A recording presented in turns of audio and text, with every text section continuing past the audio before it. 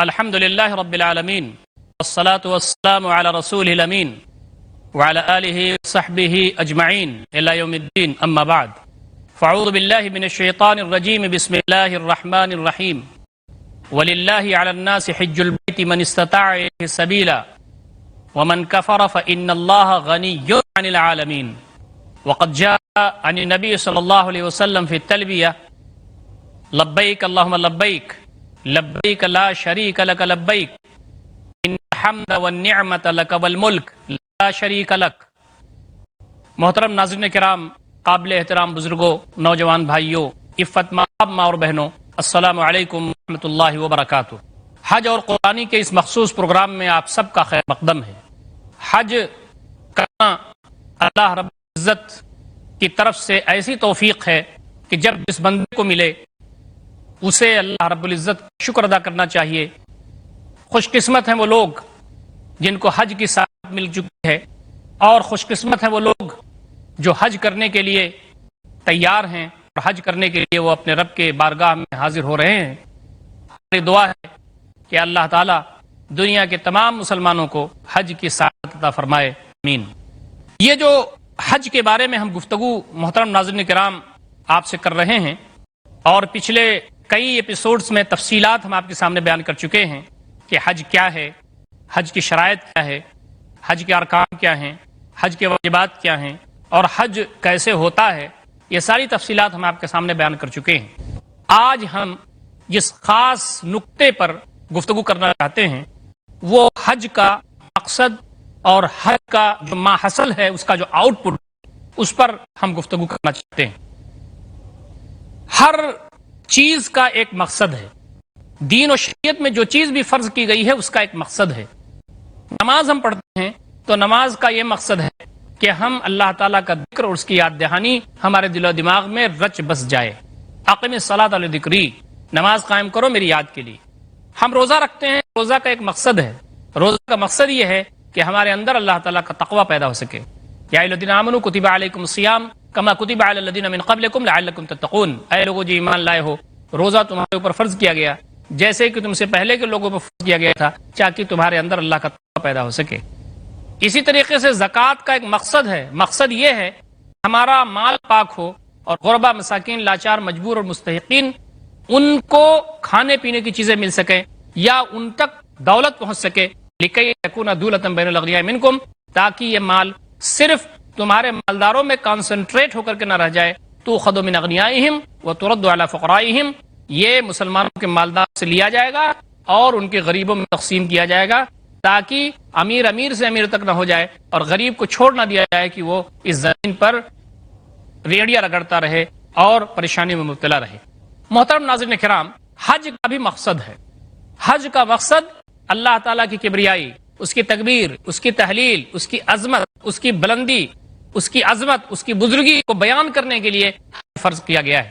حج کے پیچھے بہت سارے مقاصد ہیں، اور اسلام یہ چاہتا ہے کہ یہ جو حج ہے، یہ جو عبادت ہے، کہ آدمی جاتا ہے اور آتا ہے اور وہاں بہت ساری چیزوں اس کو واسطہ پڑتا ہے، تو وہ کیا چیزیں ہیں جو ہم کو اس حج سے ملتی ہیں۔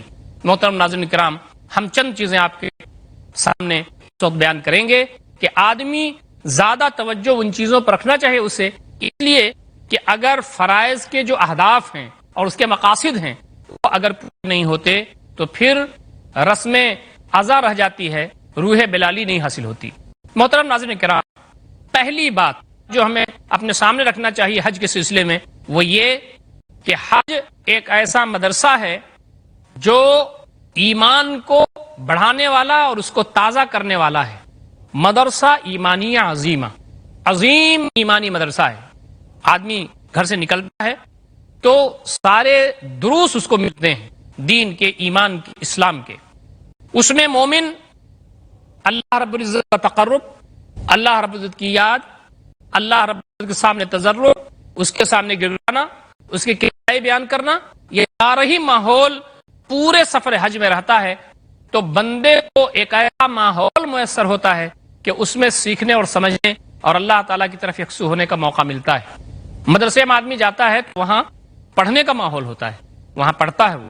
اسی طریقے سے حج ایک ایسا مدرسہ ہے کہ جہاں ایمان کو بڑھانے اور اللہ رب العزت سے قریب ہونے کا موقع ملتا ہے. اسی طریقے سے حج نفس کو پاک کرتا ہے, نفس کی تطہیر کرتا ہے اور اس کے اندر اخلاص پیدا کرتا ہے, اور اسی طریقے سے نئے سرے سے زندگی آدمی گزارنے کے لیے اس کو آمادہ کرتا ہے کہ جو کچھ تمہارے لیے ہوا اب اللہ رب العزت سے پوری امیدیں وابستہ کرنا ہے.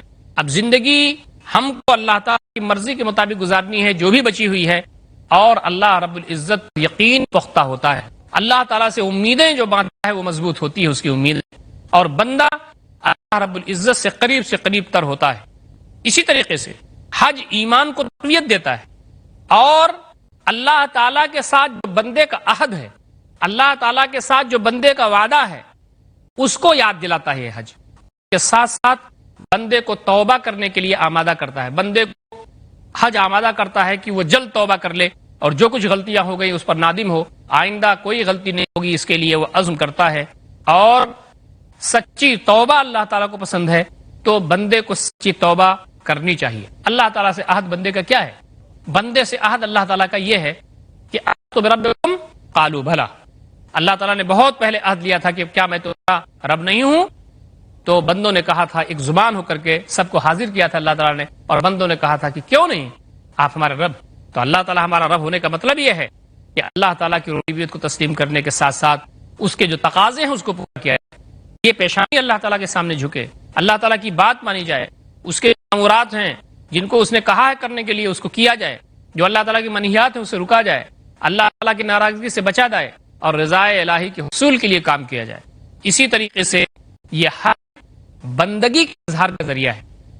آپ دیکھیے, لبیک لبیک لبیک لا شریک لک لبیک ان الحمد والنعمت لک والملک لا شریک لک.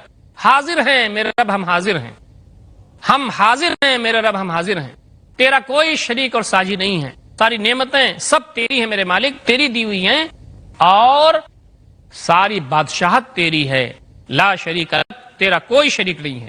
تو بندہ جو کفن بردار اور کفن دوش جو اللہ تعالیٰ کے دربار میں حاضر ہوتا ہے, وہ ابدیت چھلکتی کہ ہم کچھ نہیں ہیں, سب تیرا کرم ہے اور تیری نعمتیں ہیں, تیرا حکم ہوا ہے تو ہم تیرے بارگاہ میں حاضر ہو گئے ہیں, اور سب کچھ چھوڑ کر کے حاضر ہو گئے ہیں.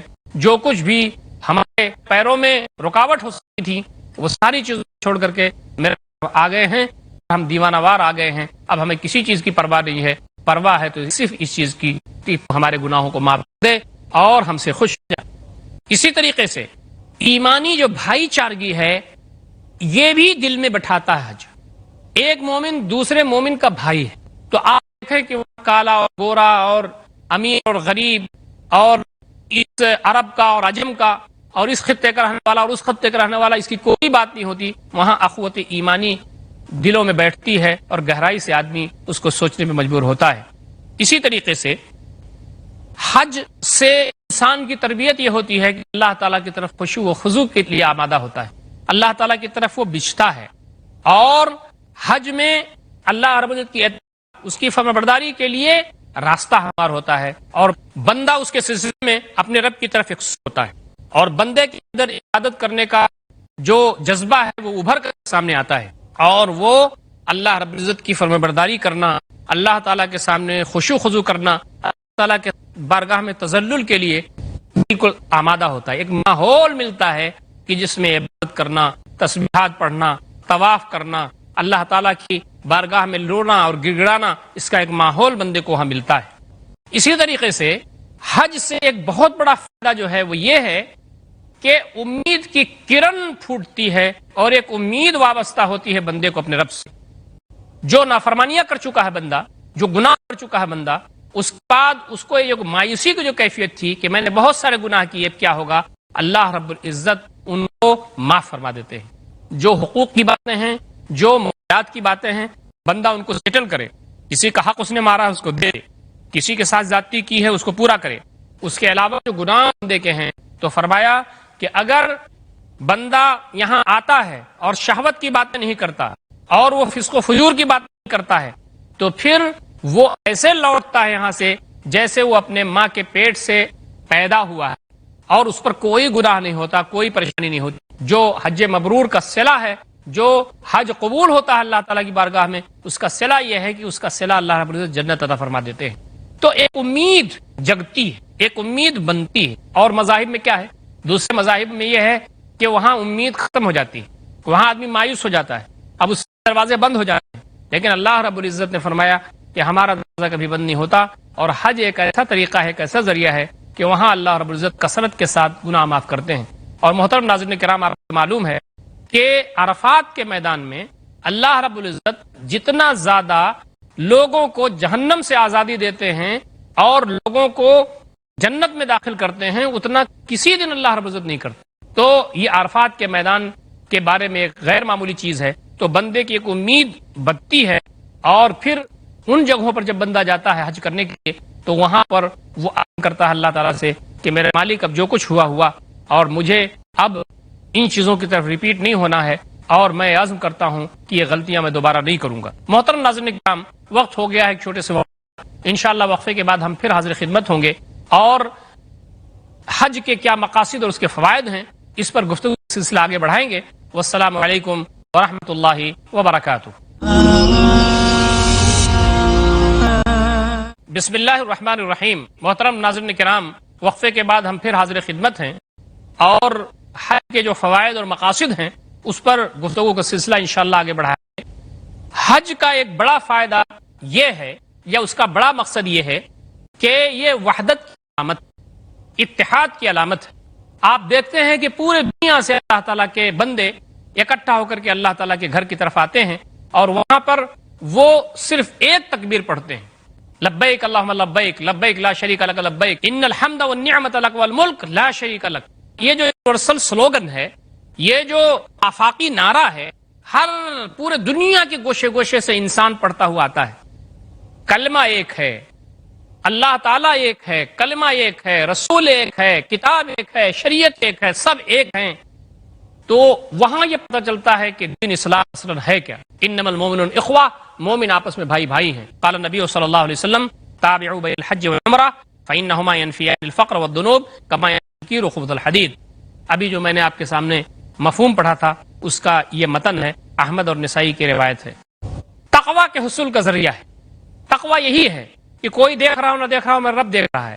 اور تقوی یہ ہے کہ بندہ اخلاص، یعنی یہ کام صرف اللہ تعالیٰ کے لیے میں کر رہا ہوں، اس کا بھی اسے موقع ملتا ہے کہ اپنی اصلاح کر سکے۔ الحج اشہر معلومات، حج چند مہینے اس کے ہیں، جیسا میں نے کہا کہ شوال، ذی قعدہ اور ذی الحجہ، اور پھر کہا کہ اس میں آدمی کو اللہ رب العزت کی طرف یکسو ہونا ہے، اور اس میں اللہ رب العزت کے لیے کام کرنے ہیں، اور اللہ رب العزت کے لیے بندے کو آگے بڑھنے کا کام کرنا چاہیے۔ آگے جو سورہ حج میں ایک بات کہی گئی ہے کہ لن ینال اللہ لحومھا ولا دماؤھا ولکن ینالہ التقوی منکم، یہ جو قربانی تم کرتے ہو تو اس کا نہ تو گوشت اللہ تعالیٰ کے یہاں پہنچتا ہے، نہ اس کا خون اللہ تعالیٰ کے یہاں پہنچتا ہے، بلکہ تمہارے دل کی رگوں کی گہرائیوں میں تقوی کیا ہے، اخلاص کیا ہے، کس کے لیے تم کر رہے ہو، یہ جو جذبات ہیں یہ جذبات اللہ تعالیٰ کو پہنچتے ہیں۔ محترم ناظرین کرام، بندہ ذکر کا عادی ہو جاتا ہے، جو یہاں پر کبھی سبحان اللہ الحمدللہ اللہ اکبر نہیں کہتے، جو یہاں پر کبھی اللہ تعالیٰ کے ذکر و اذکار سے ان کی جو زبان ہے وہ تر نہیں ہوتی، وہاں پر وہ ذکر کے عادی بن جاتے ہیں، اور ان کو ایک عادت ہو جاتی ہے، اور اللہ رب العزت کی بارگاہ میں ان کو دعا کرنے کا اور عبادت کرنے کا سلیقہ آ جاتا ہے۔ اسی طریقے سے دعا کرنا، عاجزی کرنا، گڑ گڑانا، دعا بھی بہت مواقع اس حج میں ملتے ہیں۔ آدمی مختلف مقامات پر دعا کرنے کا موقع اسے حاصل ہوتا ہے، اور مواقع ایسے عام مواقع نہیں ہیں بلکہ ایسے خاص مواقع ہیں کہ وہاں اللہ تعالیٰ جو دعا بندہ کرتا ہے اس کو قبول کرتا ہے۔ اسی طریقے سے جو پریشانی میں اگر کوئی شخص ہے تو پریشانی چھٹ جاتی ہے۔ مثال کے طور پر ظاہری طور پر جو وہاں پریشانی ہوتی ہے کہ بہت ساری بھیڑ بھاڑ ہوتی ہے اور بہت سارے لوگ کثرت میں ہوتے ہیں، وہاں آدمی طواف کرنے جاتا ہے تو کہتا ہے ہم کیسے طواف کر پائیں گے، یہ پورا مطاف بھرا ہوا ہے، ہم کیسے اس میں جائیں گے۔ لیکن آدمی جب وہاں جاتا ہے اللہ تعالیٰ راستے اس کے لیے تیار کر دیتے ہیں، پریشانی اس کی چھاٹ دیتے ہیں۔ اسی طریقے سے جگہ جگہ رمی جماعت کے موقع پر بھی وہ پریشان ہوتا ہے، اللہ تعالیٰ اس کی پریشانی دور کر دیتے ہیں۔ اسی طریقے سے مناسک حج میں اتنی بڑی تعداد میں لوگ جاتے ہیں تو وہاں آدمی گھبراتا ہے کہ ہم کریں گے کیسے، لیکن بڑی آسانی کے ساتھ اللہ تعالیٰ اس کے لیے رہنمائیاں فرما دیتا ہے، اس کی پریشانیاں دور فرما دیتا ہے۔ تو اس سے یہ پتہ چلتا ہے کہ اللہ رب العزت تنگی کو چھاڑنے والے، پریشانیوں کو چھاٹنے والے ہیں. سر کی آنکھوں سے بندہ دیکھتا ہے کہ پریشانیاں یہاں کیسے چھٹ جا رہی ہیں اور آسانیاں ہو جا رہی ہیں. تو اللہ رب العزت کا اگر حکم ہو جائے تو پریشانیاں چھٹ جائیں گی, آسانیاں پیدا ہو جائیں گی. یہ حج کا مقصد ہے اور حج کا پیغام ہے. اسی طریقے سے بہت سارے بہترین اخلاق اپنانے کا اس کو موقع ملتا ہے, اور اس کی کوشش یہ ہونی چاہیے کہ جو اس کو عمل کرنے کے لیے ٹائم ہو گیا ہے تو آئندہ اس کو اپنی زندگی میں برتے اور اس کو بھولے نہیں. مثال کے طور پر حلم, بردباری کرنے کا اس کو موقع مل جاتا ہے, وہاں اس کے لیے عادی بن جاتا ہے. اس کا کیا فرمایا گیا ہے, جو حج کرے فلا رفث ولا فسوق ولا جدال فی الحج, تو نہ وہ شہوت کی بات کرے اور نہ وہ فسق و فجور کی بات کرے اور نہ جھگڑے کی بات کرے. وہاں پر بڑے سے بڑے مسائل پیش آ جاتے ہیں, لیکن بندے کو وہاں پر جھگڑا نہیں کرنا ہے, وہاں پر بحث نہیں کرنا ہے, وہاں ایک دوسرے سے تو میں نہیں کرنی ہے. تو آدمی کو بردبار ہونے کی وہاں عادت پڑ جاتی ہے, اس کی بردبار, صبر. اللہ رب العزت کے راستے میں استقامت کے ساتھ ساتھ ہر چیز صبر کرنے کا موقع اس کو ملتا ہے. اسی طرح سے ٹالریٹ کرنے کا, ایک دوسرے کے ساتھ ہم آہنگی کرنے کا موقع ملتا ہے. غصے کو آدمی پی جاتا ہے, غصہ آتا ہے, لیکن آدمی غصے پر ریئیکٹ نہیں ہوتا, بلکہ غصے کو پینے کی کیفیت اس کے اندر آتی ہے. بھیڑ بہت زیادہ ہے, تھکان بہت زیادہ ہو گئی ہے, لیکن پھر آپ دیکھیں گے کہ آدمی ایک دوسرے کے لیے ہمدردی کا, ایک دوسرے کے لیے پیار و محبت کا ہی گویا کہ وہ اظہار کرتا ہے, تو اس کا عادی بن جاتا ہے آدمی. اسی طریقے سے ایک دوسرے پہ احسان کرنا, ایک دوسرے کے ساتھ حسن سلوک کرنا اور اس پر قربانی کرنا, بھلائی کے ساتھ پیش آنا, ایک دوسرے کے ساتھ رحم دلی کے ساتھ پیش آنا, یہ ساری چیزیں جو اخلاق حمیدہ سے جس کا تعلق ہے, حج یہ ساری چیزیں انسان کے اندر پیدا کرتا ہے. آدمی آتا ہے یہاں سے کہ جناب ہم جا رہے ہیں حج کرنے اور حاجی بن جائیں گے اور لوگ ہم کو حاجی کہیں گے, اور پھر وہ آتا ہے جاتا ہے تو کچھ اس کو ملتا نہیں ہے. لیکن حج کرنے کی جو نیت آدمی کرے اور اس کے سارے پہلوؤں کو اپنے سامنے رکھے اور اس کے جو مقاصد ہیں اس کو پورا کرنے کی کوشش کرے, اور شعور کے ساتھ اگر کوئی شخص حج کرے گا تو وہ اس نتیجے پہ پہنچے گا کہ اخلاق حمیدہ, اچھے اخلاق, بہترین اخلاق وہ حج کرنے سے اور حج کے ایام میں اس کے اندر پیدا ہوتے ہیں, اور بندہ اگر کوشش کرے تو بڑے اعلیٰ اخلاق کا وہ حامل بن سکتا ہے. اسی طریقے سے اسلامی اخوت کا جو مظہر ہے اس کو بھی اپنے اندر گرفت میں لینے کی ضرورت ہے. جیسے قبلہ ایک ہے, رب ایک ہے, یہ جو مشاعر ہیں جہاں وہ حج ادا کر رہا ہے وہ سب ایک ہیں, لباس ایک ہے, اور مناسک حج ایک ہیں, اور جس زمانے میں وہ کھڑا ہے جو ایام چل رہے ہیں حج کے سب ایک ہیں. یہ اس بات کی طرف یاد دہانی کرتے ہیں کہ بندہ تو اپنے رب کا بندہ ہے, اور جو کچھ بھی تیرے ساتھ دائیں بائیں لوگ ہیں وہ سب ایک ہیں, لوگ ایک ہو. اسلام کی جو عبادات ہیں وہ اصلاً اجتماعیت سکھاتی ہیں.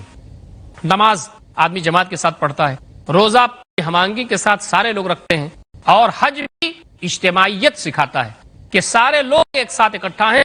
اور آپ دیکھیے سملیرٹی کیا ہے, اللہ ایک ہے, رسول ایک ہے, قرآن ایک ہے, کتاب ایک ہے, قبلہ ایک ہے.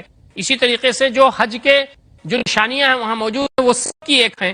اسی طریقے سے مناسک حج ایک ہے, اور وہ جو ایام ہے 8, 9, 10, 11, 12, 13 انہی ایام میں سارے لوگ حج کر رہے ہیں, اور جو مناسک ہے وہ کر رہے ہیں. تو ایک یکسانیت, ایک ہمانگی اور ایک آفاقیت کا جو پیغام جاتا ہے وہ غیر معمولی اہمیت کا حامل ہے. اسی طریقے سے اللہ رب العزت کی نگرانی, اور اللہ رب العزت دیکھ رہا ہے اور وہ ہمارے ساتھ ہے, کہیں بھی اس کی نظر سے ہم کہیں جھل نہیں ہو سکتے. یہ جذبہ بھی بندے کے اندر ابھر کر کے سامنے آتا ہے.